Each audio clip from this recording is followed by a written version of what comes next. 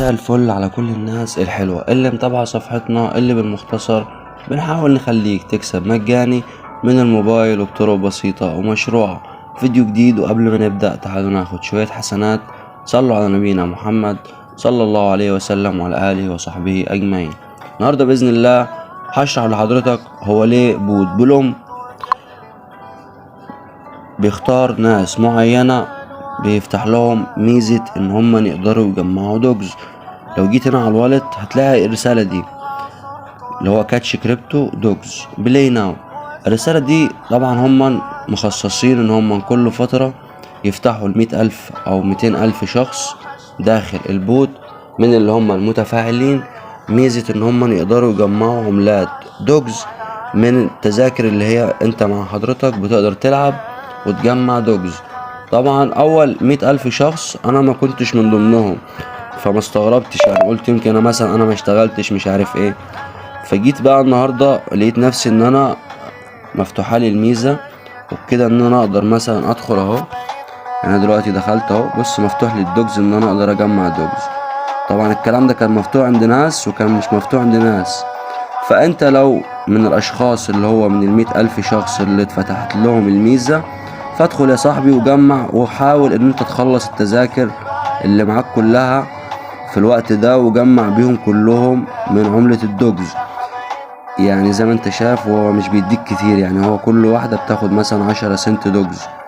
كده انا مجمع 1 دوجز.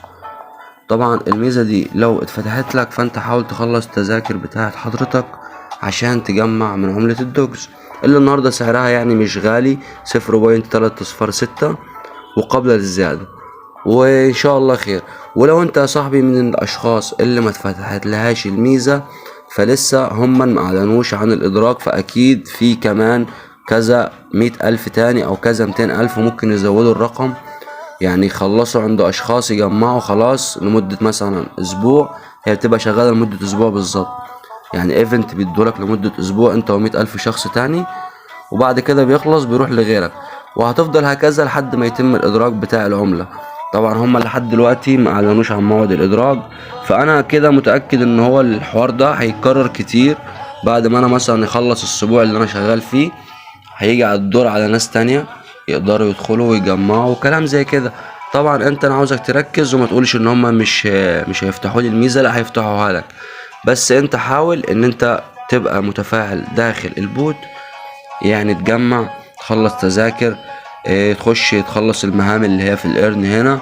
تمام يا صاحبي، اهتم بكل حاجة داخل البوت، حاول ان انت تبقى متفاعل، اهتم بكل حاجة داخل البوت.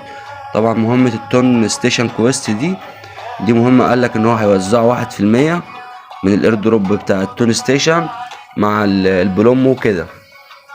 المهم يا باشا انا كده شرحت لك هو ليه ناس بيتفتح لها وناس مش بيتفتح لها الحوار بتاع الدوجز. بس انت كده وصلت لك ان هما بيختاروا عشوائي، يعني هي مش قصة حاجة، ده الاختيار بيكون عشوائي يا صاحبي. وربنا يوفقك ويوفقنا اجمعين باذن الله. وبس كده، هو ده كان الفيديو بتاع النهارده. ولو الفيديو عجبك ما تنساش تدعمنا باللايك، عايزين نوصل الفيديو ده مع بعض ال1000 لايك عشان يوصل لاكبر عدد من الناس. واكتب لنا رايك في كومنت. ولو انت مش مشترك في القناة انزل اعمل سبسكرايب للقناة وفعل زر الجرس عشان يوصل لك كل جديد في عالم العملات الرقمية المشفرة. واشوفكم في الفيديو اللي جاي ان شاء الله، والسلام عليكم.